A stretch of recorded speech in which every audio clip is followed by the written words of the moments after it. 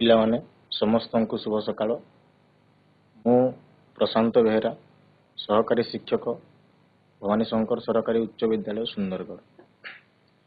ଆଜି ଆମେ ନବମ ଶ୍ରେଣୀର ଭୂଗୋଳ ଓ ଅର୍ଥନୈତିକ ବିଷୟର ପାଠ ଧାରଣୀୟ ବିକାଶ ବିଷୟରେ ଆଜି ଆମେ ପର୍ଯ୍ୟବେକ୍ଷଣ ତଥା ଆଲୋଚନା କରିବା। ପିଲାମାନେ, ପୃଥିବୀ ପୃଷ୍ଠରେ ଜୀବନଯାପନ କରିବା ପାଇଁ ମନୁଷ୍ୟ ଅନେକ ଗୁଡ଼ାଏ ପଦକ୍ଷେପ ନେଇଥାଏ। ତାର ମୌଳିକ ଆବଶ୍ୟକତା ଗୁଡ଼ିକୁ ପୂରଣ କରିବା ପାଇଁ ସେ ପ୍ରକୃତିରୁ ଅନେକ ଗୁଡ଼ାଏ ଜିନିଷ ପାଇଥାଏ, ଯେଉଁଟାକି ପ୍ରତ୍ୟକ୍ଷ ବା ସିଧାସଳଖ ଭାବରେ ପାଇଥାଏ। କହିବାକୁ ଗଲେ ମନୁଷ୍ୟ ତାର ଭୌତିକ ପରିବେଶ, ତାର ଭୌତିକ ବା ପ୍ରାକୃତିକ ପରିବେଶ ଉପରେ ଆତ୍ମନିର୍ଭରଶୀଳତା କରିକି ବସବାସ କରିଥାଏ ଓ ତାର ଜୀବନ ଧାରଣ କରି ଚାଲିଥାଏ। ପିଲାମାନେ, ଆଜି এই ପାଠକୁ ଆମେ ବହୁତ ସୁନ୍ଦର ମାଧ୍ୟମରେ ପର୍ଯ୍ୟବେକ୍ଷଣ ତଥା ଆଲୋଚନାମୂଳକ ପଦ୍ଧତିରେ ପଢ଼ିବା। ପିଲାମାନେ, ଫଟୋଚିତ୍ରରେ ଦେଖିବାକୁ ପାଉଥିବ କୃଷିଭୂମି, ଜଙ୍ଗଲଜାତ ଦ୍ରବ୍ୟ, ପୃଷ୍ଠସ୍ତର ଜଳ ଏବଂ ଖଣିଜ ପଦାର୍ଥ। ଏଇଗୁଡ଼ାକ ହେଉଛି ପିଲାମାନେ ଆମ ସମସ୍ତଙ୍କର ମୌଳିକ ଆବଶ୍ୟକତା। କୃଷିଭୂମି ପିଲାମାନେ, ଏଟା ହେଉଛି ପ୍ରାକୃତିକ ତଥା ଆମର ଭୌତିକ ପରିବେଶରେ ଆମେ ପାଇଥାଉ, ଯଥା ଜଙ୍ଗଲଜାତ ଦ୍ରବ୍ୟ, ପୃଷ୍ଠସ୍ତର ଜଳ ଓ ଖଣିଜ। ପିଲାମାନେ ଜାଣିପାରୁଥିବ ବିନା କୃଷିରେ କୌଣସି ପ୍ରକାର ଖାଦ୍ୟ ଉତ୍ପାଦନ ହେଇପାରିବ ନାହିଁ। ଆଉ ସେଇ କୃଷି ପାଇଁ ଆମକୁ ଭୂମି ଦରକାର। ଭୂମି ହେଉଛି ପିଲାମାନେ ସେ ପ୍ରକୃତିର ଭୌତିକ ରୂପ। ପିଲାମାନେ ଜାଣିପାରୁଥିବ ଘରରେ ବିଭିନ୍ନ ପ୍ରକାର ଜଙ୍ଗଲଜାତ ଦ୍ରବ୍ୟ ତୁମେ ବ୍ୟବହାର କରୁଥିବ। ଘରେ ଟେବୁଲଠୁ ନେଇକି ପଲଙ୍କଠୁ ନେଇକି କାଠ ତିଆରି ଅନେକ ଗୁଡ଼ାଏ ଜିନିଷ ପିଲାମାନେ ଆମେ ସେଇଟା ପ୍ରକୃତିରୁ ପାଉଛି। ଆଉ ସେଇଥିପାଇଁ ତାକୁ ପିଲାମାନେ ଆମେ କ'ଣ କହୁଛେ ନା ମନୁଷ୍ୟ ତାର ଭୌତିକ ରୂପ ବା ପ୍ରାକୃତିକ ସହିତ ପିଲାମାନେ ଜଡ଼ିତ। ଅନେକ ଗୁଡ଼ାଏ ଖଣିଜରୁ ଅନେକ ଗୁଡ଼ାଏ ଜିନିଷ ପିଲାମାନେ କ୍ଲାସରୁମରେ ତିଆରି, ଯେଉଁ ପଙ୍ଖା, ଟେବୁଲ, ଅନେକ ଗୁଡ଼ାଏ ଜିନିଷ, ଏଇ ସ୍ମାର୍ଟ ଟିଭି, ଅନେକ ଗୁଡ଼ାଏ ଜିନିଷ ପିଲାମାନେ ଏଇ ଆମର ଖଣିଜ ପଦାର୍ଥର ଯେଉଁ ଉତ୍ତୋଳନରୁ ତିଆରି ହେଉଛି।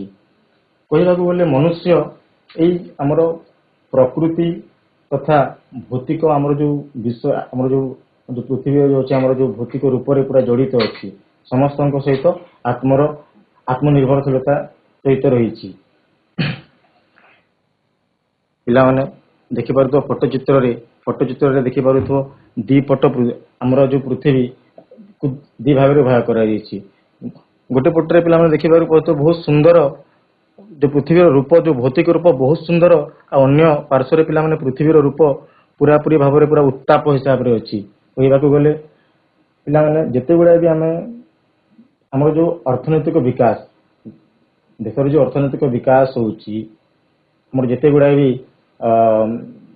ଅର୍ଥନୀତିର ଯେଉଁ ବିକାଶ ପିଲାମାନେ କହିବାକୁ ଗଲେ ଯେଉଁ ବିକାଶ ଆଗାମୀ ବଂଶଧର ମାନଙ୍କର ଆବଶ୍ୟକତାକୁ ପୂରଣ କରିବାର ସାମର୍ଥ୍ୟକୁ ସାଲିସ ନ କରି ବର୍ତ୍ତମାନ ପିଢ଼ିର ଆବଶ୍ୟକତାକୁ ପୂରଣ କରିଥାଏ, ତାହାକୁ ଆମେ ଧାରଣୀୟ ବିକାଶ କହିଥାଉ। ପିଲାମାନେ, ଧାରଣୀୟ ବିକାଶର ସଂଜ୍ଞା ହେଲା ଯେଉଁ ବିକାଶ ଆଗାମୀ ବଂଶଧର ମାନଙ୍କର ଆବଶ୍ୟକତାକୁ ପୂରଣ କରିବାର ସାମର୍ଥ୍ୟକୁ ସାଲିସ ନ କରି ବର୍ତ୍ତମାନ ପିଢ଼ିର ଆବଶ୍ୟକତାକୁ ପୂରଣ କରିଥାଏ, ତାହାକୁ ଧାରଣୀୟ ବିକାଶ କୁହାଯାଇଥାଏ।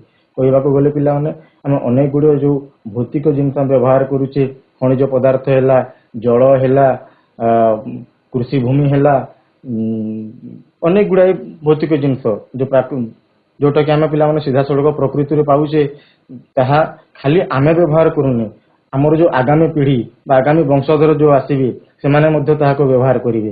ତ ତାର ଯେଉଁ ସଂରକ୍ଷଣ, ତାକୁ ଆମେ କିପରି ଭାବରେ ଯେଉଁ ସୁରକ୍ଷା ପ୍ରଦାନ କରିବା, ତାହା ହେଉଛି ପିଲାମାନେ କ'ଣ ନା ଧାରଣୀୟ ବିକାଶ, ବା ତାକୁ ଆମେ କହିଥାଉ ଇଂରାଜୀରେ ସଷ୍ଟେନେବୁଲ ଡେଭଲପମେଣ୍ଟ। ପିଲାମାନେ ଫଟୋଚିତ୍ରରେ ଦେଖିବାକୁ ପାଉଥିବ ଆମର ଏଇ ଫଟୋଚିତ୍ର ପିଲାମାନେ ଇଏ ହେଉଛି ସେଇ ସଷ୍ଟେନେବୁଲ ଡେଭଲପମେଣ୍ଟର ପିଲାମାନେ ତାର ଯେଉଁ ମୁଖ୍ୟ ଲକ୍ଷ୍ୟ ଗୁଡ଼ାକ। ଆକୁ ଦେଖିବା ପିଲାମାନେ, ଦେଖ ଏଇ ଯେତେବେଳେ ରାଷ୍ଟ୍ରମାନଙ୍କର ଯେଉଁ ବିକାଶ ହେଉଛି ବା ଉନ୍ନତି ହେଉଛି, ସେମାନେ କ'ଣ କରୁଛନ୍ତି, ଦେଶରେ ଅନେକ ଗୁଡ଼ାଏ ଯେଉଁ ଭୌତିକ ରୂପରେ ପରିବର୍ତ୍ତନ ଦେଖାଯାଉଛି। ପିଲାମାନେ ଖଣିଜ ପାଇଁ ଆମେ ଅନେକ ଗୁଡ଼ାଏ ଖଣି ଖନନ କରୁଛେ। ପିଲାମାନେ ସେଇ ଖଣି ଖନନରୁ ପିଲାମାନେ ଅନେକ ଗୁଡ଼ାଏ ପରିବର୍ତ୍ତନ ଯାଉଛି। ଯେମିତିକି ପିଲାମାନେ କ'ଣ ନା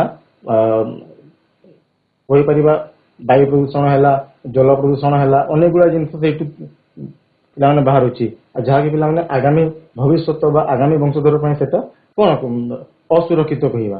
ପିଲାମାନେ ଏହି ଶବ୍ଦଟି ଜୁନ 1987 ଜାତିସଂଘରେ ପ୍ରଥମ ଥର ପାଇଁ ପିଲାମାନେ ଏହି ଶବ୍ଦଟି ବ୍ୟବହାର କରାଯାଇଥିଲା, ଧାରଣୀୟ ବିକାଶ। ଜୁନ 1987 ଜାତିସଂଘ ସଭା। ପିଲାମାନେ ଇଏ ହଉଛନ୍ତି ଏଇ ଯୋଉ ମହିଳା ଜଣକ ହଉଛନ୍ତି ପିଲାମାନେ, ତାଙ୍କର ନାଁ ହଉଛି ଗ୍ରୋ ହାର୍ଲେମ ବ୍ରଣ୍ଡଟଲ୍ୟାଣ୍ଡ। ଗ୍ରୋ ହାର୍ଲେମ ବ୍ରଣ୍ଡଟଲ୍ୟାଣ୍ଡ ଏହି ମହିଳା ଜଣକ ହଉଛନ୍ତି ପିଲାମାନେ ଏହି ମହିଳା ଜଣକ ହଉଛନ୍ତି ପିଲାମାନେ ନରୱେ ଦେଶର ପ୍ରଧାନମନ୍ତ୍ରୀ। ସେ ପ୍ରଥମ ଥର ପାଇଁ ପିଲାମାନେ ଜୁନ 1987 ମସିହାର ଜାତିସଂଘରେ ଆମ୍ଭମାନଙ୍କର ସାର୍ବଜନୀନ ଭବିଷ୍ୟତ ନାମକ ଏକ ଚିଠା ପ୍ରସ୍ତୁତ କରିଥିଲେ। ଆମ୍ଭମାନଙ୍କର ସାର୍ବଜନୀନ ଭବିଷ୍ୟତ ପିଲା କହିବାକୁ ଗଲେ ପିଲାମାନେ ତାହା ହେଉଛି ଆୱାର କମନ ଫ୍ୟୁଚର୍ସ। ପିଲାମାନେ ସେଇ ଚିଠାରେ କ'ଣ ପ୍ରସ୍ତୁତ କରାଯାଇଥିଲା ନା ଧାରଣୀୟ ବିକାଶର ଲକ୍ଷ୍ୟ, ତାର ଉଦ୍ଦେଶ୍ୟ, ତାର ଉପାଦାନ ଆଉ ତାର ସୂଚକ ବିଷୟରେ ପିଲାମାନେ ସେଇ ଚିଠାରେ ପ୍ରସ୍ତୁତ କରାଯାଇଥିଲା। ଏସବୁ ଜିନିଷ ଗୁଡାକ ପିଲାମାନେ ସେଇ ଚିଠାରେ ଗୋଟେ କମିଶନ ଗଠନ କରାଯାଇଥିଲା। ତାର ନାଁ ହେଉଛି ପୃଥିବୀର ପରିବେଶର ବିକାଶ କମିଶନ, ବା ତାକୁ ଆମେ କହିଥାଉ world commission on environment and development. World commission on environment and development. ପିଲାମାନେ ଏଟା ଆମ୍ଭମାନଙ୍କର ସାର୍ବଜନୀନ ଭବିଷ୍ୟତ ନାମକ ଇଏ ହେଉଛି ଏକ ଚିଠା, ଇଏ ହେଉଛି ଏକ ରିପୋର୍ଟ, ଗୋଟିଏ ରିପୋର୍ଟ, ଯୋଉ ରିପୋର୍ଟରେ ପିଲାମାନେ ଧାରଣୀୟ ବିକାଶର ଲକ୍ଷ୍ୟ, ଧାରଣୀୟ ବିକାଶର ଉପାଦାନ, ଧାରଣୀୟ ବିକାଶର ଉଦ୍ଦେଶ୍ୟ ଆଉ ଧାରଣୀୟ ବିକାଶର ସୂଚକକୁ ଲେଖାଯାଇଥିଲା। କ'ଣ ଲେଖାଯାଇଥିଲା ଆଉ ତାହା କିଏ ପ୍ରସ୍ତୁତ କରିଥିଲେ? ତାହା ପ୍ରସ୍ତୁତ କରିଥିଲେ ନରୱେ ଦେଶର ପ୍ରଧାନମନ୍ତ୍ରୀ ଗ୍ରୋ ହାର୍ଲେମ ବ୍ରଣ୍ଡଟଲ୍ୟାଣ୍ଡ। ଗ୍ରୋ ହାର୍ଲେମ ବ୍ରଣ୍ଡଟଲ୍ୟାଣ୍ଡ। ଆଉ ପିଲାମାନେ ସେଇ ଚିଠାରେ କ'ଣ ପ୍ରସ୍ତୁତ କରାଯାଇଥିଲା ନା ପୃଥିବୀର ପରିବେଶର ବିକାଶ କମିଶନ ଗଠନ କରାଯାଇଥିଲା। ଆଉ ସେଇ କମିଶନର ପିଲାମାନେ ଅଧ୍ୟକ୍ଷତା କରିଥିଲେ ଗ୍ରୋ ହାର୍ଲେମ ବ୍ରଣ୍ଡଟଲ୍ୟାଣ୍ଡ। ପିଲାମାନେ ତାପରେ ପରେ ଆସୁଛି ଧାରଣୀୟ ବିକାଶର ଉପାଦାନ। ପିଲାମାନେ କାହିଁକି ଗୋଟେ ରାଷ୍ଟ୍ରକୁ ଧାରଣୀୟ ବିକାଶ ଜରୁରୀ, କାହିଁକି ଗୋଟେ ଦେଶକୁ ଧାରଣୀୟ ବିକାଶ ନିହାତି ଭାବରେ ଆବଶ୍ୟକ? ପିଲାମାନେ ଯେତେବେଳେ ଗୋଟେ ଦେଶ ବିକାଶ କରିଥାଏ, ତାର ଅର୍ଥନୀତିର ବିକାଶ ହେଇଥାଏ, ସେ ଦେଶରେ ଶିଳ୍ପ ଗଢି ଉଠିଥାଏ, ସହରୀକରଣ ଗଢି ଉଠିଥାଏ, ସେ ଦେଶରେ ତାର ମାନେ ରୋଜଗାର ବଢି ଯାଇଥାଏ, ଜନସଂଖ୍ୟା ଅନେକ ଗୁଡାଏ ପିଲାମାନେ ଜିନିଷ ବୃଦ୍ଧି ହେଇଥାଏ। ତ ଯେତେବେଳେ ଯେକୌଣସି ଦେଶ ବିକାଶ କରିବ, ତାର ବିକାଶ ପଦ୍ଧତିରେ କ'ଣ ରହିବା ଦରକାର ନା ଧାରଣୀୟ ବିକାଶ ରହିବା ଦରକାର, ସଷ୍ଟେନେବଲ ଡେଭଲପମେଣ୍ଟ ବିକାଶ କରିବ, କିନ୍ତୁ ଏତିକି ମାତ୍ରାରେ ନୁହଁ କି ଆଗାମୀ ବଂଶଧର ମାନଙ୍କ ପ୍ରତି ସେଟା ବିପଦ ହେଇଯିବ। ବୁଝିପାରିଲ କି ନାଇଁ କ'ଣ କହୁଛି ମୁଁ? ତ ପିଲାମାନେ ଯୋଉ ଧାରଣୀୟ ବିକାଶର ଉପାଦାନକୁ ଆମେ ତିନି ଭାଗରେ ଭାଗ କରୁଛେ। ଫାଷ୍ଟ ହଉଛି କ'ଣ ବିକାଶ ହେବା ଦରକାର ନା ଅର୍ଥନୈତିକ ବିକାଶ ହେବା ଦରକାର। ଧାରଣୀୟ ବିକାଶ ସହିତ ଅର୍ଥନୈତିକ ବିକାଶ ହେବା ଦରକାର। ଦେଶର ଧାରଣୀୟ ବିକାଶ ସହିତ ଅର୍ଥନୈତିକ ବିକାଶ ହେବା ଦରକାର। ଖାଲି ଅର୍ଥନୈତିକ ବିକାଶ ହେଲେ ପିଲାମାନେ ଚଳିବନି, ସାମାଜିକ ସଂଗତି, ସମସ୍ତଙ୍କ ସହିତ ସମାନ ନୀତି, ସମସ୍ତଙ୍କ ସହିତ ସମାନ ନିୟମ, ଏସବୁ ଜିନିଷ ରହିବା ଦରକାର। ତାପରେ ପିଲାମାନେ ଶେଷରେ ସବୁଠାରୁ ମୁଖ୍ୟ ଅଙ୍ଗ ହଉଛି ଧାରଣୀୟ ବିକାଶର ଯୋଉ ମୁଖ୍ୟ ଅଙ୍ଗ, ମୁଖ୍ୟ ଯୋଉ ଉଦ୍ଦେଶ୍ୟ ହଉଛି ପିଲାମାନେ ପରିବେଶ ସୁରକ୍ଷା। ପରିବେଶ ସୁରକ୍ଷା ନିହାତି ଭାବରେ ରହିବା ଦରକାର। ପିଲାମାନେ ଅର୍ଥନୈତିକ ବିକାଶ କହିଲେ ସାଧାରଣତଃ ଆମେ କ'ଣ ବୁଝିଥାଉ ନା ଦେଶର ଅର୍ଥନୀତିକୁ ବିକାଶ କରିବ, ଦେଶ ଉନ୍ନତି ହବ, ଦେଶ ଆହୁରି ଆଗକୁ ବଢିବ, ଦେଶର ମୁଣ୍ଡ ପିଛା ଆୟ ବୃଦ୍ଧି ହବ, ଦେଶର ଜାତୀୟ ଆୟ ବୃଦ୍ଧି ହବ, ତାକୁ ଆମେ କ'ଣ କହିଥାଉ? ଅର୍ଥନୈତିକ ବିକାଶ କହିଥାଉ। ଆଉ ଖାଲି ଅର୍ଥନୀତି ବଢିଲେ ହବ ନାହିଁ, ଧାରଣୀୟ ନୀତି ନିହାତି ଭାବରେ ଥିବା କଥା ସେଇ ଅର୍ଥନୀତିରେ। ପିଲାମାନେ ସାମାଜିକ ସଂଗତି କହିଲେ ପିଲାମାନେ କ'ଣ ନା ସମସ୍ତଙ୍କ ପାଇଁ ସମାନ ନୀତି, ସମାନ ନିୟମ, ଏସବୁ ଜିନିଷ, ନାରୀ ସୁରକ୍ଷା, ଏସବୁ ଜିନିଷ ପିଲାମାନେ ସମାଜରେ ରହିବା ଦରକାର। ତାପରେ ଆସୁଛି ପିଲାମାନେ କ'ଣ ନା ମୁଁ ମୁଖ୍ୟ ଅଙ୍ଗ କହିଥିଲି ପରିବେଶ ସୁରକ୍ଷା। ପିଲାମାନେ ବିକାଶ ଆଉ ପରିବେଶ ପିଲାମାନେ ସିଧାସଳଖ ଭାବରେ ଜଡିତ ଅଛନ୍ତି। ବିକାଶ ଆଉ ପରିବେଶ, ଯେତେବେଳେ ବିକାଶ ହେଇଥାଏ ପିଲାମାନେ ପରିବେଶରେ ଅନେକ ଗୁଡାଏ ପରିବର୍ତ୍ତନ ଦେଖାଯାଇଥାଏ। ଯେମିତିକି ପିଲାମାନେ ତୁମେ ଜାଣିପାରୁଥିବ, ରାସ୍ତା ଆମେ ପାହାଡକୁ କାଟିକି ଟନେଲ ତିଆରି କରୁଛେ, ଟନେଲ ତିଆରି କରିବା ପରେ ପିଲାମାନେ ସେଇଠି ଅନେକ ଗୁଡାଏ ପରିବେଶ ଜନିତ ବିପତ୍ତି, ପରିବେଶ ଜନିତ ବିପର୍ଯ୍ୟୟ, ପରିବେଶ ଜନିତ ଅନେକ ଗୁଡାଏ ସେଇଠି ପିଲାମାନେ ପ୍ରଦୂଷଣ ହେଇଥାଏ। ତ ସେଗୁଡାକ ନିହାତି ଭାବରେ ଧ୍ୟାନରେ ରଖିବାକୁ ହବ। ତ ବିକାଶ ହଉ, गोटे गोटे राष्ट्र गोटे देशर विकास हो किंतु विकास सहित पिला माने धारणीय जो नियम रही धारण जो लक्ष्य रही रहा दरकार पिला माने गोटे मु डाटा दूची भारत सारा विश्व रे 195 देश तन्मध्यरु धारणीय विकास जो रैंक बा जो श्रेणी तैयारी करा जाइते सर्वप्रथम रही था नॉर्वे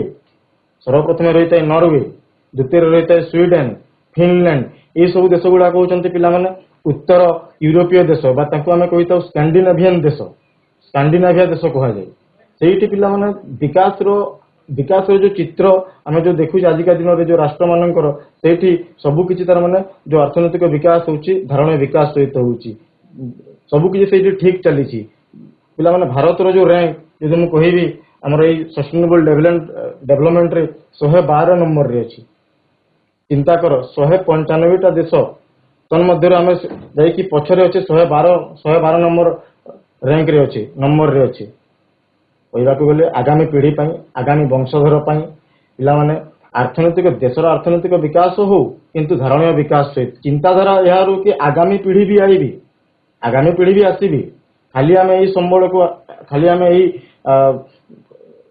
आम खाली व्यवहार करूनु आग को भी पीढ़ी आसबी तो पिला माने सब किछि ठीक हेबा दरकार तापर पर आउछि पिला माने धारणीय विकास रो लक्ष्य गोल मेन गोल धारणीय विकास रो सस्टेनेबल डेवलपमेंट रो गोल पिला माने टोटल आजिका दिन रे 169 तार लक्ष्य अछि आजिका दिन रे 169 लक्ष्य अछि तन मध्य आमे तार किछिटा प्रमुख लक्ष्य प्रमुख गोल को देखिबा प्रथमे होछि पिला माने धारणीय विकास रो प्रथम लक्ष्य कि देशर मुंड पिछा और वास्तव आयर वृद्धि और जातीय आयर वृद्धि पिला माने आय जेते बेले आय कथा पडुची मु दारिद्र्य को पिला माने टिके मु उल्लेख करिवि दारिद्र्य दूरीकरण देशर जदि दारिद्र्य दूरीकरण हबो देशर मुंड पिछा आय वृद्धि हबो दारिद्र्य दूरीकरण केते बेले हबो ना देशर रोजगार बढ़िबो रोजगार बढ़िले पिला माने मुंड पिछा आय कहले कोन ना प्रति वर्ष रे गोटे व्यक्ति रो आय समुदाय मोट आय को आमे कोन कहितो मुंड पिछा आय कहितो मुंड पिछा आय यदि वृद्धि हम देशर जातीय आय वृद्धि हम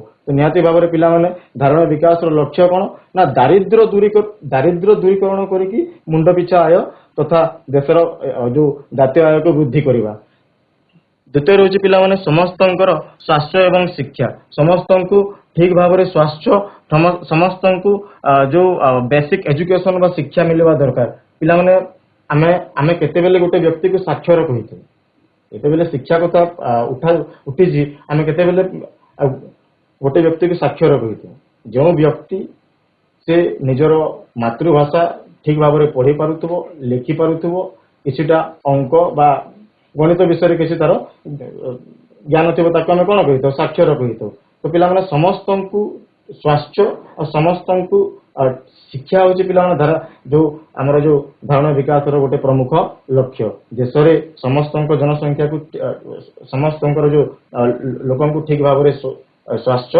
और शिक्षा प्रदान करने हूँ तार मुख्य लक्ष्य तापर पिला माने शुद्ध पानीय जलर व्यवस्था शुद्ध पानीय जलर व्यवस्था शुद्ध पानीय पिला माने आजिका दिन में पाखापाखि 10 ରୁ 15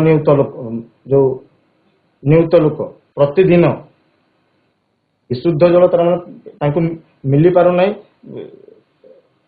से पिला जो स्वास्थ्य धीरे धीरे धीरे धीरे धीरे खराब हो जाऊँगी तो समस्त को विशुद्ध जल निहाती भाव में मिलवा दरकार तापर पिला मुख्य मु कही परिवेश सुरक्षा आजिका दिन में बहुत गुड़ाई संस्था जातिसंघ पिला कोप 20 कोप 21 अनेक गुड़ाई जो संस्था से माने परिवेश प्रति विशेष ध्यान जो पिला ध्यान दौरान कहवाक गले परिवेश हूँ पिला यही परिवेश बसवास करुचे परिवेश अनेक गुड़ाई जिन प्रत्यक्ष भाव में पाचे आमर मौलिक आवश्यकता को परिवेश पूरण करुच्ची तो तार सुरक्षा प्रदान ताकू आम किपरि संरक्षित करवा सुरक्षा प्रदान करवा से हूँ आमर मुख्य लक्ष्य तापर आस पिला शेष में न्याय एवं समानता समस्त को समान न्याय समस्त को समान व्यवहार समस्त सेठी ना लिंगर भेदभाव ना जातिर भेदभाव समस्त को समान हूँ पिला धारणीय विकास गोटे मुख्य लक्ष्य এই সব জিনিস যদি পিলামানে গোটে দেশে পরিপূর্ণ হব বা এই সব লক্ষ্যକୁ যদি পিলামানে টার্গেট করিকে যদি গোটে দেশ আଗକୁ বড়িব তাহলে পিলামানে ধীরে ধীরে ধীরে ধীরে সে দেশ নিহাতি ভাবে কোণ হয়ে না বিকশিত হয়ে বা সে ধারণীয় বিকাশକୁ লাভ করিব।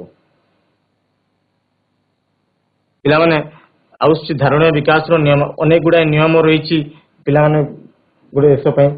ଫାଷ୍ଟ ତାର ଯୋଉ ନିୟମାବଳୀ ହଉଛି ଜନସଂଖ୍ୟା ନିୟନ୍ତ୍ରଣ। ଜନସଂଖ୍ୟା ପିଲାମାନେ ଜନସଂଖ୍ୟା ହଉଛି ଗୋଟେ ପ୍ରମୁଖ ସମସ୍ୟା ଗୋଟେ ଦେଶ ପାଇଁ ଗୋଟେ ରାଷ୍ଟ୍ର ପାଇଁ। ଯଦି ଅଧିକ ଜନସଂଖ୍ୟା ରହିବ ତାହେଲେ ପିଲାମାନେ ସମ୍ବଳର ଅଧିକ ଉତ୍ତୋଳନ ହବ। ଯଦି ସମ୍ବଳର ଅଧିକ ଉତ୍ତୋଳନ ହେଲା ପିଲାମାନେ ସେଇଠି ଅଧିକ ଶିଳ୍ପ ଗଢି ଉଠିବ। ଯଦି ଅଧିକ ଶିଳ୍ପ ଗଢି ଉଠିଲା ପିଲାମାନେ ସେଇଠି ସହରୀକରଣ ହବ। ଯଦି ସହରୀକରଣ ହେଲା ପିଲାମାନେ ସେଇଠି ଅନେକ ଗୁଡାଏ ପ୍ରଦୂଷଣ ସେଇଠୁ ଉତ୍ପତ୍ତି ହବ। ଆଉ ପିଲାମାନେ ଯଦି ପ୍ରଦୂଷଣ ହେଲା ତାହେଲେ ନିହାତି ଭାବରେ ସେଟା ପିଲାମାନେ ପରିବେଶକୁ ନିହାତି ଭାବରେ ସେଟା ଏଫେକ୍ଟ କରିବ ବା ଇଏ କରିବ। ତ ପିଲାମାନେ ଜନସଂଖ୍ୟା ପରିବେଶ ଓ ବିକାଶ ପରସ୍ପର ସହିତ ଜଡିତ ଅଛନ୍ତି। ପିଲାମାନେ ଦେଖିପାରୁଥିବ ଜନସଂଖ୍ୟା ବୃଦ୍ଧି ହେଲେ ଦାରିଦ୍ର୍ୟ ବୃଦ୍ଧି ପାଏ ଓ ବେରୋଜଗାର ବୃଦ୍ଧି ପାଏ। ଏଇ ଫଟୋ ଚିତ୍ର ଦେଖିପାରୁଥିବ ଏଟା ହଉଛି ଦାରିଦ୍ରତାର ଫଟୋ ଚିତ୍ର। ଜନସଂଖ୍ୟା ଯେତେବେଳେ ଜନସଂଖ୍ୟା ବୃଦ୍ଧି ହେଲେ ପିଲାମାନେ ସେତିକି ପରିମାଣର ରୋଜଗାର ବି ଦରକାର। ଯଦି ଜନସଂଖ୍ୟା ବଢିଯିବ ଆଉ ରୋଜଗାର ଯଦି ମିଳିବ ନାହିଁ ତାହେଲେ ଦାରିଦ୍ରତା ନିହାତି ଭାବରେ ବଢିବ। ଆଉ ଦାରିଦ୍ରତା ଯଦି ବଢିବ ସେଇ ଦାରିଦ୍ର ଲୋକ ଯାଇକି ସେ କୋଉ ଶିଳ୍ପରେ କାମ କରିବ କୋଉଠି ଯାଇକି ଅନ୍ୟାନ୍ୟ କାମ କରିବ। ବୁଝିପାରିଲ କି ନାଇଁ କଣ କହୁଛି ମୁଁ? ପିଲାମାନେ ଜନସଂଖ୍ୟା ବୃଦ୍ଧି ହେଲେ ଭିତ୍ତିଭୂମି ବଢିଥାଏ। ଶିଳ୍ପ କଳକାରଖାନା ଗଢି ଉଠେ। ପିଲାମାନେ ଯେତେବେଳେ ଜନସଂଖ୍ୟା ବୃଦ୍ଧି ହୋଇଥାଏ ଲୋକଙ୍କୁ ବସବାସ କରିବା ପାଇଁ ଅଧିକ ଭୂମି ଦରକାର ପଡିଥାଏ। ଅନୁଷ୍ଠାନ ଗଢି ଉଠେ। ଅନୁଷ୍ଠାନରୁ ଧୀରେ ଧୀରେ ଧୀରେ ଧୀରେ ଶିଳ୍ପ ବଢି ଉଠେ। ଶିଳ୍ପରୁ ଧୀରେ ଧୀରେ ଧୀରେ ଧୀରେ ପିଲାମାନେ ଅନେକ ଗୁଡାଏ ସେଇଠୁ ପ୍ରଦୂଷଣ ସବୁ ହୋଇଥାଏ। ତାପରେ ପିଲାମାନେ ଦେଖ ଜନସଂଖ୍ୟା ବୃଦ୍ଧି ହେଲେ ଦାରିଦ୍ର୍ୟ ବୃଦ୍ଧି ହଉଛି, ବେରୋଜଗାର ବୃଦ୍ଧି ହଉଛି, ଭିତ୍ତିଭୂମି ବଢୁଛି, ଶିଳ୍ପ କଳକାରଖାନା ଗଢି ଉଠୁଛି, ସହରୀକରଣ ହଉଛି ଏବଂ ଧୀରେ ଧୀରେ ଧୀରେ ଧୀରେ ପିଲାମାନେ ଏସବୁ ଜିନିଷରୁ ପ୍ରଦୂଷଣ ହଉଛି। ଆଉ ସେଇ ପ୍ରଦୂଷଣ ପିଲାମାନେ ଧାରଣୀୟ ବିକାଶକୁ କଣ କରିବ? ରୋକିବ। ବୁଝିପାରିଲ କି ନାହିଁ? ମୁଁ ଯଦି କହିବି ଆଜିକା ଦିନରେ ଯେତେ ଗୁଡାଏ ଆମ ଦେଶରେ ଯେତେ ଗୁଡାଏ 70% ଯୋଉ ଶକ୍ତି ଆମେ ଯୋଉ ବ୍ୟବହାର କରୁଛେ ଶକ୍ତି ଯୋଉ ସମ୍ବଳ ଯୋଉ ଶକ୍ତି ବ୍ୟବହାର କରୁଛେ 70% ଆମେ ପିଲାମାନେ ଜଳ ବିଦ୍ୟୁତରୁ ପାଉଛେ। ଜଳ ବିଦ୍ୟୁତରୁ ଆମେ ଯୋଉ ଡ୍ୟାମ ଗୁଡାକରେ ଆମେ ଜଳ ବିଦ୍ୟୁତ ତିଆରି କରୁଛେ ସେଇଠୁ ଯୋଉ ବିଦ୍ୟୁତ ଉତ୍ପାଦନ କରିକି ପାଉଛେ। ତାପଜ ଶକ୍ତି କେନ୍ଦ୍ରରୁ ପାଉଛେ, ଜଳ ବିଦ୍ୟୁତ ଶକ୍ତି କେନ୍ଦ୍ରରୁ ପାଉଛେ, ତାପଜ ଶକ୍ତି କେନ୍ଦ୍ରରୁ ପାଉଛେ, ଯୋଉଟା କି ପିଲାମାନେ ନବୀକରଣ ଅଯୋଗ୍ୟ ସମ୍ବଳରେ ଆସୁଛି। ନବୀକରଣ ଅଯୋଗ୍ୟ ସମ୍ବଳ ଦେଖ ଏଇଠି ଖାଲି ନବୀକରଣୀୟ ସମ୍ବଳ ଦେଇଛି, କିନ୍ତୁ ନବୀକରଣ ଅଯୋଗ୍ୟ ସମ୍ବଳ ମୁଁ ବୁଝେଇ ଦଉଛି। ନବୀକରଣ ଅଯୋଗ୍ୟ ସମ୍ବଳ କଣ ନା ଯେଉଁ ସମ୍ବଳକୁ ଆମେ ଖାଲି ଥରେ ମାତ୍ର ବ୍ୟବହାର କରିପାରିବା, ତାକୁ ବାରମ୍ବାର ଆମେ ବ୍ୟବହାର କରିପାରିବା ନାହିଁ। ତାର ପରିମାଣ ଜଣାଥାଏ ମନୁଷ୍ୟକୁ। ଯେମିତିକି କୋଇଲା ହଉଛି ଗୋଟେ ନବୀକରଣ ଅଯୋଗ୍ୟ ସମ୍ବଳ। ପେଟ୍ରୋଲିୟମ ହଉଛି ନବୀକରଣ ଅଯୋଗ୍ୟ ସମ୍ବଳ, ତାକୁ ଆମେ ଖାଲି ଥରେ ମାତ୍ର ବ୍ୟବହାର କରିପାରୁଛୁ। ସେଇ କୋଇଲା ସେଇ ପେଟ୍ରୋଲିୟମ ସେଇ ନବୀକରଣ ଅଯୋଗ୍ୟ ସମ୍ବଳ ଆଗାମୀ ପିଢିକୁ ବି ଦରକାର ପଡୁଛି କି ନାହିଁ? ଆଗାମୀ ବଂଶଧରକୁ ବି ଦରକାର ପଡୁଛି କି ନାହିଁ? ତାଙ୍କୁ ବି ତ ସେଇ ତାପଜ ଶକ୍ତି ଦରକାର। ତ ଆଜିକା ଦିନରେ ଆମେ ନବୀକରଣୀୟ ଯୋଉ ଅଯୋଗ୍ୟ ସମ୍ବଳର ବ୍ୟବହାର କମ କରିକି ଆମକୁ ନବୀକରଣୀୟ ଯୋଗ୍ୟ ସମ୍ବଳ ଉପରେ ନିର୍ଭର କରିବାକୁ ହବ ବା ନବୀକରଣୀୟ ସମ୍ବଳ ଉପରେ ନିର୍ଭର କରିବାକୁ ହବ। ପିଲାମାନେ ନବୀକରଣୀୟ ଯୋଗ୍ୟ ସମ୍ବଳ ବା ନବୀକରଣୀୟ ସମ୍ବଳ କହିଲେ ପିଲାମାନେ କଣ ନା ଯୋଉ ସମ୍ବଳକୁ ଆମେ ବାରମ୍ବାର ବ୍ୟବହାର କରିପାରିବା, ଏହାର ପରିପୂର୍ଣ୍ଣତାରେ, ଏହାର ବ୍ୟବହାରରେ ଯୋଉଟା କେବେ ବି ସରୁନି। ଯେମିତିକି ପିଲାମାନେ ସୌରଶକ୍ତି, ଆମେ ସୌରଶକ୍ତିର ଅନେକ ଗୁଡାଏ ଜିନିଷ ଆମେ ସୌରଶକ୍ତିରୁ ଆମେ ବିଦ୍ୟୁତ ଉତ୍ପାଦନ କରୁଛେ। ପବନ କଳରୁ ଆମେ ବିଦ୍ୟୁତ ଉତ୍ପାଦନ କରୁଛେ। ଜୈବ ବାଷ୍ପରୁ ଆମେ ବିଦ୍ୟୁତ ଉତ୍ପାଦନ କରୁଛେ। ତ ଏଇ କହିବାକୁ ଗଲେ ପୁରା ଦେଶ ପୁରା ରାଷ୍ଟ୍ର ନବୀକରଣୀୟ ସମ୍ବଳ ଉପରେ ନିର୍ଭର କରିବା ଦରକାର, ନା କି ଆମେ ନବୀକରଣୀୟ ଅଯୋଗ୍ୟ ସମ୍ବଳ ଉପରେ ନିର୍ଭର କରିବା। ଯୋଉ ସମ୍ବଳ ସରେଇ ଯାଉଛି ତାକୁ ଯଦି ଆମେ ଆଜିକା ଦିନରେ ବ୍ୟବହାର କରିବା ଆମର ଆଗାମୀ ପିଢି ତାକୁ ବ୍ୟବହାର କରିପାରିବେ? ଜମାରୁ ପାରିବେ ନାହିଁ। ତ ସେଇଥିପାଇଁ ପିଲାମାନେ ଆମକୁ ନବୀକରଣୀୟ ସମ୍ବଳ ଉପରେ ବା ନବୀକରଣୀୟ ଯୋଗ୍ୟ ସମ୍ବଳ ଉପରେ ନିର୍ଭର କରିବେ। ପିଲାମାନେ ଫଟୋ ଚିତ୍ରରେ ଦେଖିପାରୁଥିବେ ଇଏ ହଉଛି ପବନ କଳ। ଇଏ ହଉଛି ଗୋଟିଏ ପବନ କଳ। ଏଇ ପବନ କଳରୁ ପିଲାମାନେ ଆମେ ବିଦ୍ୟୁତ ଉତ୍ପାଦନ କରିଥାଉ। ଇଏ ହଉଛି ନବୀକରଣୀୟ ସମ୍ବଳ ବା ଇଏ ହଉଛି ନବୀକରଣୀୟ ଯୋଗ୍ୟ ସମ୍ବଳ। ତାପରେ ଆସୁଛି ପିଲାମାନେ ଜନସଂଖ୍ୟା ବୃଦ୍ଧି ହେବା ଦ୍ୱାରା କଣ ହଉଛି ନା ଅନେକ ଗୁଡାଏ ବର୍ଜ୍ୟ ବସ୍ତୁ ବୃଦ୍ଧି ପାଉଛି। ଜନସଂଖ୍ୟା ବଢିଲେ କଣ ହବ? ଶିଳ୍ପ ଗଢି ଉଠିବ। ଶିଳ୍ପ ଗୁଡ଼ି ଉଠିଲେ ସହରୀକରଣ ହବ। ସହରୀକରଣ ହେଲେ ସେଇ ସହରର ଯୋଉ ଯେତେ ଗୁଡ଼ାଏ ବର୍ଜ୍ୟ ବସ୍ତୁ ୱେଷ୍ଟ ଜିନିଷ ଗୁଡ଼ାକ ସେଟା ବଢ଼ିବ। ସେଇଟା ହେଇଯିବ ଆମର ପ୍ରଦୂଷଣର ମୁଖ୍ୟ କାରଣ। ଯେମିତିକି ଶିଳ୍ପ ଗଢ଼ି ଉଠିଥିଲେ ପିଲାମାନେ କଣ ହେଇଥାଏ ନା ଅନେକ ଗୁଡ଼ାଏ ସେଇଠି ତାର ଯୋଉ ମଇଳା ଜଳ ବା ଅପରିଷ୍କାର ଜଳ ସେଟା ଯାଇକି ନଦୀରେ ବୁଲିଥାଏ। ପୁଣି ନଦୀରେ ସେଟା କୃଷିକୁ ଯିବ। କହିବାକୁ ଗଲେ ସିଧାସଳଖ ସେଟା ପରିବେଶକୁ କଣ କରୁଛି? ପ୍ରଦୂଷଣ କରୁଛି। ତ ବର୍ଜ୍ୟବସ୍ତୁର ପିଲାମାନେ ଆମକୁ ଠିକ ଭାବରେ ପରିଚାଳନା କରିବାକୁ ପଡିବ। ସ୍କୁଲ ଗୁଡାକରେ ଦେଖିପାରୁଥିବ, ସ୍କୁଲ ଗୁଡାକରେ ଅନେକ ଗୁଡାଏ ଡଷ୍ଟବିନ୍ ଥାଏ। ସେ ଡଷ୍ଟବିନରେ ଆମେ ଆମର ବର୍ଜ୍ୟବସ୍ତୁ କଣ କରିବା? ଫୋପାଡ଼ିବା। ତାପରେ ଆସୁଛି ପିଲାମାନେ ଭରଣା ଓ ପ୍ରତିବଦଳ ସମ୍ବଳର ସର୍ବୋତ୍ତମ ବ୍ୟବହାର। ଭରଣା ଓ ପ୍ରତିବଦଳ ସମ୍ବଳର ସର୍ବୋତ୍ତମ ବ୍ୟବହାର କହିବାକୁ ଗଲେ ଆମକୁ ନବୀକରଣୀୟ ସମ୍ବଳ ଉପରେ ନିର୍ଭର କରିବାକୁ ହବ। ଆଜିକା ଦିନରେ ଯଦି ଆମେ ଭବିଷ୍ୟତ ପିଢ଼ି ପାଇଁ ଚିନ୍ତା କରୁଛେ, ଭବିଷ୍ୟତ ପିଢ଼ିର ମଙ୍ଗଳ ପାଇଁ ଆମେ ଚିନ୍ତା କରୁଛେ, ଭବିଷ୍ୟତ ଆମର ଯୋଉ ବଂଶ ଆସିବେ ତାଙ୍କ ପାଇଁ ଯଦି ଆମେ ଚିନ୍ତା କରିବା, ତାହେଲେ ଆଜିକା ଦିନରେ ଯୋଉ ଶକ୍ତି ଆମେ ବ୍ୟବହାର କରୁଛେ ତାହା ଆଗାମୀ ଦିନରେ ଶେଷ ହେଇଯିବ। କାହିଁକି ନା ଆଜିକା ଦିନରେ ଆମେ ନବୀକରଣ ଅଯୋଗ୍ୟ ସମ୍ବଳ ବ୍ୟବହାର କରୁଛେ। କୋଇଲାରୁ ଆମେ ବିଦ୍ୟୁତ ଉତ୍ପାଦନ କରୁଛେ, ପେଟ୍ରୋଲିୟମକୁ ଜାଳିକି ଆମେ ଶକ୍ତି ହିସାବରେ ବ୍ୟବହାର କରୁଛେ, ଯାହାକି ଆମେ ଖାଲି ଥରେ ମାତ୍ର ବ୍ୟବହାର କରିପାରୁଛେ। କହିବାକୁ ଗଲେ ଆମେ ନବୀକରଣୀୟ ସମ୍ବଳ ଉପରେ ପୁରାପୁରି ଭାବରେ ନିର୍ଭର କରିବାକୁ ହବ ବା ଧାରଣୀୟ ବିକାଶ ପାଇଁ ନବୀକରଣୀୟ ସମ୍ବଳର ଉପରେ ନିର୍ଭର କରିବାକୁ ହବ। ଠିକ ଭାବରେ ବର୍ଜ୍ୟବସ୍ତୁର ଯୋଉ ପରିଚାଳନା କରିବାକୁ ହବ। ଭରଣା ଓ ପ୍ରତିବଦଳ ସମ୍ବଳ ଉପରେ ସର୍ବୋତ୍ତମ ବ୍ୟବହାର କରିବାକୁ ହବ। ତାପରେ ପିଲାମାନେ ଆସୁଛି ଧାରଣୀୟ ବିକାଶର ସୂଚକ। ଧାରଣୀୟ ବିକାଶର ସୂଚକ ସାମ୍ପ୍ରତିକ ସମାଜ ପାଇଁ ଧାରଣୀୟ ବିକାଶ ଏକ ଜରୁରୀ ପ୍ରକ୍ରିୟା ଏବଂ ଆବଶ୍ୟକତା ଅଟେ। ପ୍ରତ୍ୟେକ ସୂଚକ ଗୁଡିକ ରାଷ୍ଟ୍ରର ବିକାଶ ଓ ବାସ୍ତବତାକୁ ସମ୍ଭାବନା ଆସୁଛି। ଆମେ ପିଲାମାନେ ଜାଣିବା କିପରି କି ଗୋଟେ ଦେଶ ଧାରଣୀୟ ବିକାଶ ସହିତ ଉନ୍ନତି କରୁଛି ବା ବିକାଶ କରୁଛି? ଗୋଟେ ଦେଶରେ ସଷ୍ଟେନେବଲ ଡେଭଲପମେଣ୍ଟ ବା ଧାରଣୀୟ ବିକାଶ କିପରି ହେଉଛି ଆମେ ଜାଣିବା କିପରି? ପିଲାମାନେ ପ୍ରଥମେ ହେଉଛି କି ଦେଶର ଯଦି ବାସ୍ତବ ଜାତୀୟ ଆୟ ବୃଦ୍ଧି ହୋଇଥାଏ, ଆମେ ଜାଣିବା କି ସେ ଦେଶରେ ଧାରଣୀୟ ବିକାଶ ହଉଛି ବା ସେ ଦେଶର ଯୋଉ ସଷ୍ଟେନେବଲ ଡେଭଲପମେଣ୍ଟ ଆହୁରି ଆଗକୁ ବଢୁଛି। ପିଲାମାନେ କେତେବେଳେ ବାସ୍ତବ ଜାତୀୟ ଆୟ ବୃଦ୍ଧି ହୋଇଥାଏ ନା ମୁଁ କହିଥିଲି ଆଗରୁ ନା ଯେତେବେଳେ ଦେଶର ମୁଣ୍ଡ ପିଛା ଆୟ ବୃଦ୍ଧି ହବ, ଯେତେବେଳେ ଦେଶରେ ରୋଜଗାର ବୃଦ୍ଧି ହବ, ସେଇ ସମୟରେ ଦେଶର ଜାତୀୟ ଆୟ ବୃଦ୍ଧି ହବ।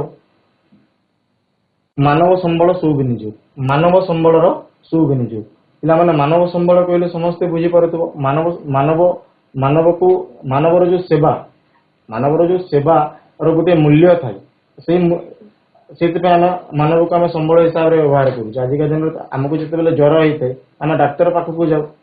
ଡାକ୍ତର ପାଖକୁ ଯାଇକି ଆମେ ସେବା ପାଇଥାଉ।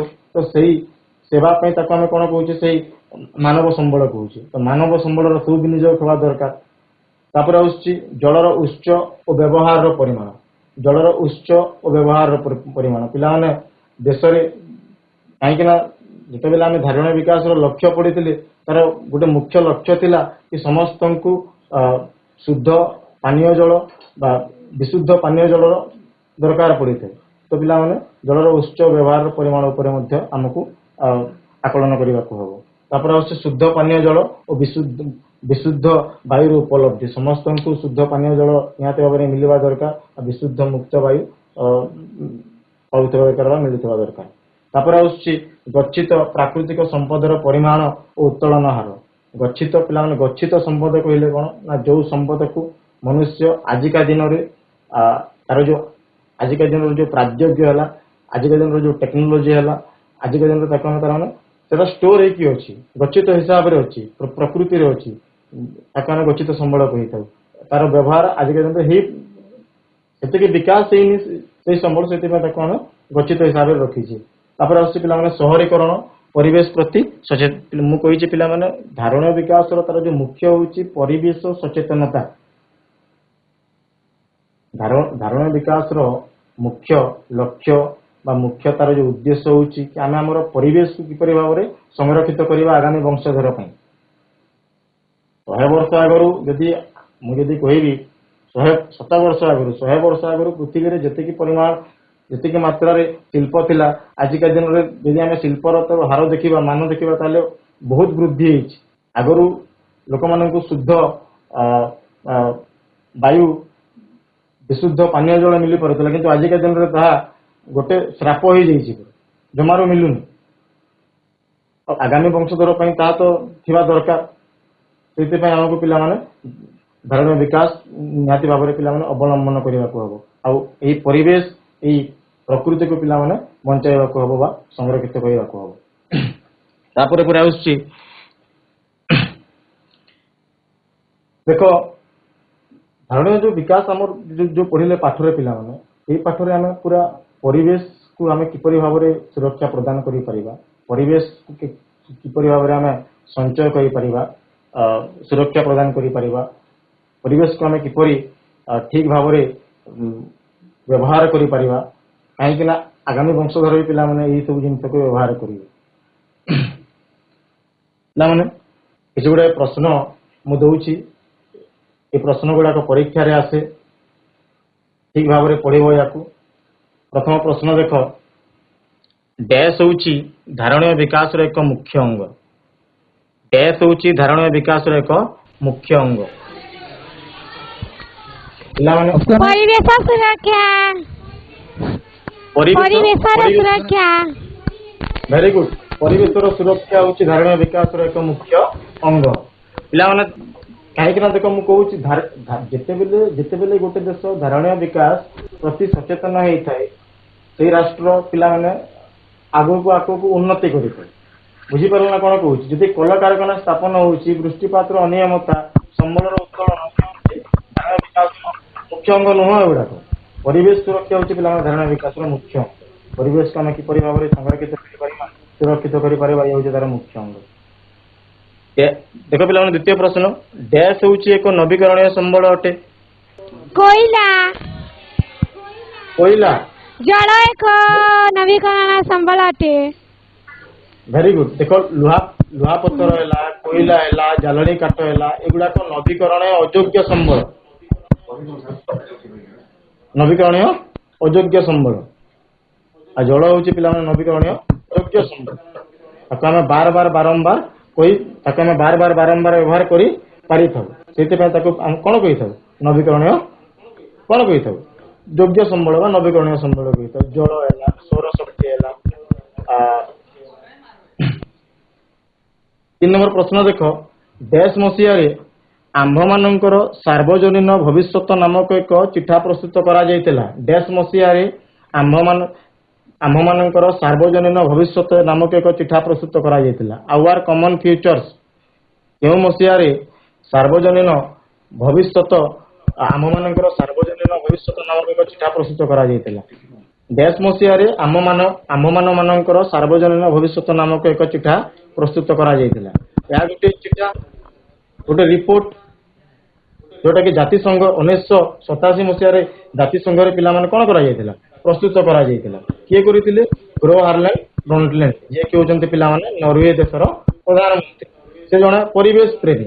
ସେ ପରିବେଶ ପ୍ରତି କଣ କରିଥାନ୍ତି? ତାଙ୍କର ସବୁ ମନ୍ତବ୍ୟ ଗୁଡାକ, କ୍ଲାଇମେଟ ଆକ୍ଟିଭିଷ୍ଟ ସେ ଏଇ ଚିଠା ପ୍ରସ୍ତୁତ କରିଥିଲେ ପିଲାମାନେ ଜାତିସଂଘ 1987 ମସିହାରେ। ଘନ ପ୍ରଶ୍ନ ଦେଖ, ଧାରଣୀୟ ବିକାଶର ଉପାଦାନ। ଧାରଣୀୟ ବିକାଶର ଉପାଦାନ। ଡ୍ୟାଶ ହେଉଛି ଧାରଣୀୟ ବିକାଶର ଉପାଦାନ।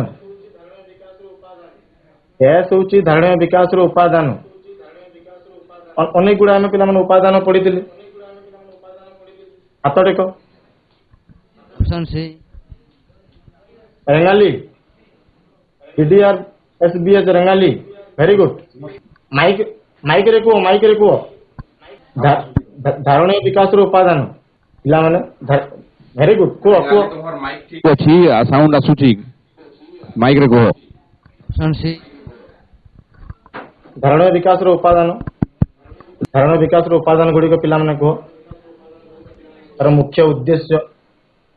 ପିଲାମାନେ ଧାରଣୀୟ ବିକାଶର ମୁଖ୍ୟ ଉଦ୍ଦେଶ୍ୟ ଆଉ ଉପାଦାନ ହେଉଛି ଅର୍ଥନୈତିକ ବିକାଶ, ସାମାଜିକ ସଂହତି, ତା ସହିତ ପରିବେଶ ସୁରକ୍ଷା। ତାର ମୁଖ୍ୟ ଉଦ୍ଦେଶ୍ୟ ହେଲା, ତାର ମୁଖ୍ୟ ଉପାଦାନ ହେଲା କି ଦେଶର ଅର୍ଥନୈତିକ ବିକାଶ ହଉ, ସାମାଜିକ ସଂହତି ରହୁ, ଆଉ ପରିବେଶ ସୁରକ୍ଷା ପ୍ରତି ସେମାନଙ୍କର ଧ୍ୟାନ ରହିଥାଉ। ବୁଝିପାରିଲ କି ନାହିଁ? ଏହା ହେଉଛି ଧାରଣୀୟ ବିକାଶର ମୁଖ୍ୟ ଉଦ୍ଦେଶ୍ୟ ବା ମୁଖ୍ୟ ଲକ୍ଷ୍ୟ।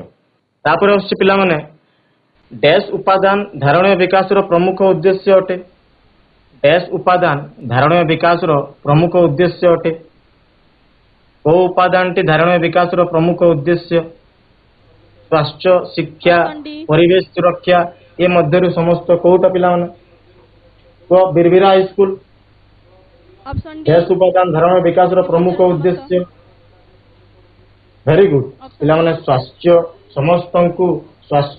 समस्तंकु विशुद्ध जल समस्तंकु शुद्ध वायु समस्तंकर साक्षरता बा जनसंख्यार शिक्षा आउ पिला माने शेषरे तार जो मुख्य मु कहितली परिवेश सुरक्षा होची धारणीय विकास प्रमुख उद्देश्य बा प्रमुख कोन कहिबा उपादान बा लक्ष्य कहिबा तापर पिला माने प्रश्न अछि option be very good option D ये मध्य समस्त स्वास्थ्य शिक्षा परिवेश सुरक्षा होची धारणीय विकास प्रमुख उद्देश्य पिला माने तापर नेक्स्ट क्वेश्चन होची पृथ्वीर परिवेश विकास नामक चिठा किए प्रस्तुत करथिले बहुत सहज प्रश्न पृथ्वीर ऑप्शन बी परिवेश विकास नामक चिठा ऑप्शन बी आम्भ मानकर सार्वजनिक देख आम्भ मानकर सार्वजनीन भविष्यत जो चिठा प्रस्तुत करा जायतिला आम्भ मानकर सार्वजनीन भविष्यत सेही रिपोर्ट रे पृथ्वीर परिवेश विकास नामक एक कमिशन गठन करा जायतिला